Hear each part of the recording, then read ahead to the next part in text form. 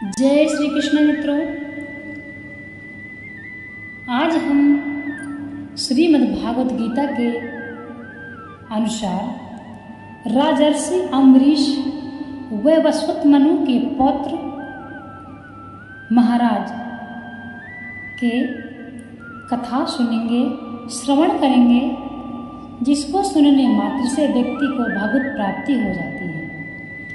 राजर्षि अम्बरीश व वसुत मनु के पौत्र महाराज नाभाग के प्रतापी पुत्र थे। ये चक्रवर्ती सम्राट थे, परंतु वे इस बात को जानते थे कि यह सारा ऐश्वर्य स्वप्न में देखे हुए पदार्थों की भांति असत है। इसलिए उन्होंने अपना सारा जीवन परमात्मा के चरणों में अर्पण कर दिया था। उनकी समस्त इंद्रियां मन सहित सदा सर्वदा भगवान की सेवा में ही लगी रहती थी। एक समय राजा ने रानी समेत श्री कृष्ण की प्रीति के लिए 1 वर्ष की एकादशियों के व्रत का नियम लिया। अंतिम एकादशी के दूसरे दिन विधिवत भगवान की पूजा की गई। राजा पारण करना ही चाहते थे कि ऋषि दुर्वासा अपने शिष्यों सहित पधारे। राजा ने सब प्रकार से दुर्वासा जी का सत्कार कर उनसे भोजन करने के लिए प्रार्थना किया। ऋषि ने भोजन करना स्वीकार किया और वे मध्याह्न का नित्य कर्म करने के लिए यमुना जी के तट पर चले गए। द्वादशी में पारण न होने से व्रत भंग हो जाता है। राजा ने ब्राह्मणों से व्यवस्था लेकर श्री हरि के चरणोदक से पारण कर लिया और भोजन कराने के लिए दुर्वासा जी की वाट देखने लगे। दुर्वासा जी अपनी नित्य क्रियाओं से निवृत्त होकर राम मंदिर में लौटे और अपने तपोबल से राजा के पारण कर लेने की बात जानकर अत्यंत क्रोध से त्योरी चढ़ाकर अपराध की तरह हाथ जोड़े सामने खड़े हुए राजा से कहने लगे, अहो, इस धन मद से अंध अधम राजा की धृष्टता और धर्म के निरादर को तो देखो। अब यह विष्णु का भक्त नहीं है, यह तो अपने को ही ईश्वर मानता है। मुझे अतिथि को निमंत्रण देकर इसने मुझे भोजन कराए बिना ही स्वयं भोजन कर लिया। इसे अभी इसका फल चखाता हूँ। यूं कहकर दुर्वासा जी ने मस्तक से एक जटा उखाड़कर जोर से उसे पृथ्वी पर पटका, जिससे तत्काल कालाग्नि के समान कृत्या नामक एक भयानक राक्षसी प्रकट हो गई और वह अपने चरणों की चोट से पृथ्वी को कपाती हुई तलवार हाथ में लिए राजा की ओर झपटी। परंतु भगवान पर दृढ़ भरोसा रखने वाले अम्बरीश ज्यों के त्यों वहां खड़े रहे। वे ना पीछे हटे और ना उन्हें किसी प्रकार का भय हुआ। जो समस्त संसार में परमात्मा को व्यापक समझता है, वह किससे क्यों डरे और कैसे डरे। कृत्या अम्बरीश तक पहुंच ही नहीं पाई थी कि भगवान के सुदर्शन चक्र ने कृत्या को उसी क्षण ऐसे भस्म कर दिया जैसे प्रचंड दावानल कुपित सर्प को भस्म कर डालता है। अब सुदर्शन ऋषि दुर्वासा की खबर लेने के लिए उनके पीछे चला। दुर्वासा बड़े घबराए और प्राण लेकर भागे। चक्र उनके पीछे पीछे चला। दुर्वासा 10 दिशाओं और 14 भुवनों में भटके, परंतु कहीं भी उन्हें ठहरने और ठौर नहीं मिली।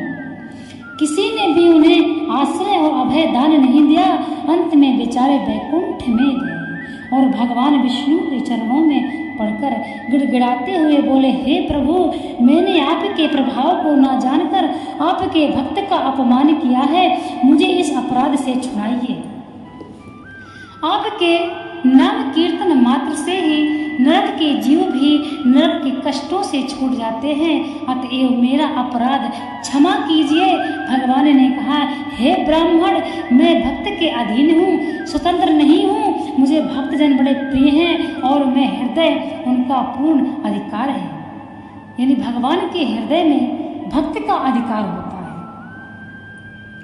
जिन्होंने मुझको ही अपनी परम गति माना है, उन अपने परम भक्त सत्पुरुषों के सामने मैं अपने आत्मा और संपूर्ण श्री को भी कुछ नहीं समझता। जो भक्त स्त्री, पुत्र, घर परिवार, धन, प्राण, इस लोक और परलोक सबको त्याग केवल मेरा ही आश्रय लिए रहते हैं, उन्हें मैं कैसे छोड़ सकता हूँ। जैसे पतिव्रता स्त्री अपने शुद्ध प्रेम से श्रेष्ठ पति को वश में कर लेती है, उसी प्रकार मुझ में चित्त लगाने वाले सर्वत्र समदर्शी भक्तजन भी अपनी शुद्ध भक्ति से मुझे अपने वश में कर लेते हैं।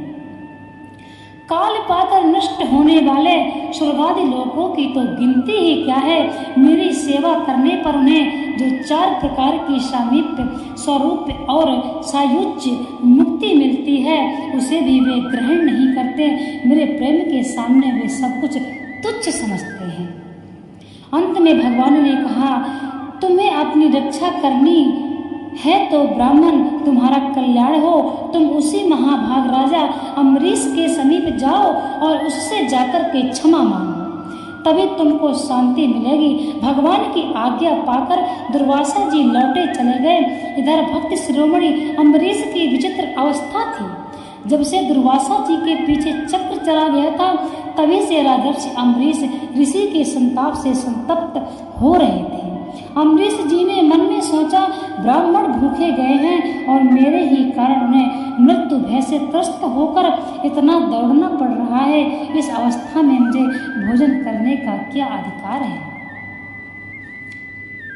क्यों विचार कर राजा ने उसी क्षण से अन्न त्याग दिया और वे केवल जल पीकर रहने लगे।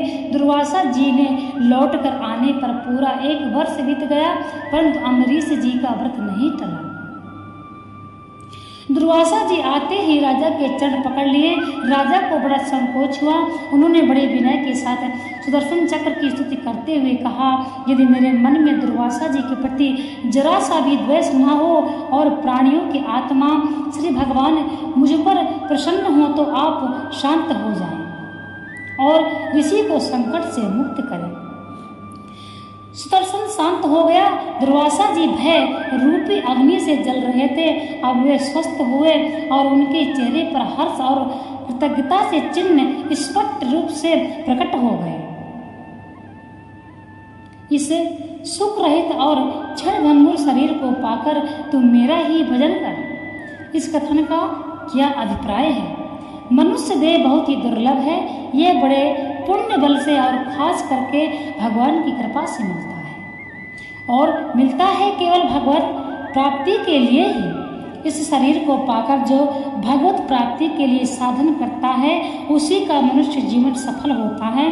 जो इसमें सुख खोजता है, वह तो असली लाभ से वंचित ही रह जाता है, क्योंकि यह सर्वथा सुख रहित, इसमें कहीं सुख का लेश भी नहीं है। जिन्होंने विषय भोग के संबंध को मनुष्य सुख स्वरूप समझता है, वह बार बार जन्म मृत्यु के चक्कर में डालने वाले होने से कारणवशतः दुख रूप ही अतएव सुख रूप न समझकर यह जिस उद्देश्य की सिद्धि के लिए मिला है, उस उद्देश्य को शीघ्र से शीघ्र प्राप्त कर लेना चाहिए, क्योंकि यह शरीर क्षणभंगुर है। पता नहीं किस क्षण इसका नाश हो जाए, इसीलिए सावधान हो जाना चाहिए। न इसे सुख रूप समझकर विषयों में फंसना चाहिए और न इसे नित्य समझकर भजन में देर ही करनी चाहिए। कदाचित अपनी असावधानी में यह व्यर्थ ही नष्ट हो गया तो फिर शिवा पछताने के और कुछ भी उपाय हाथ नहीं रह जाएगा। इस प्रकार से भगवत प्राप्ति जब हुई होती है, जब हम श्रीमद् भागवत गीता का मन से पूरी श्रद्धा भावना से पढ़ते हैं और सुनते हैं।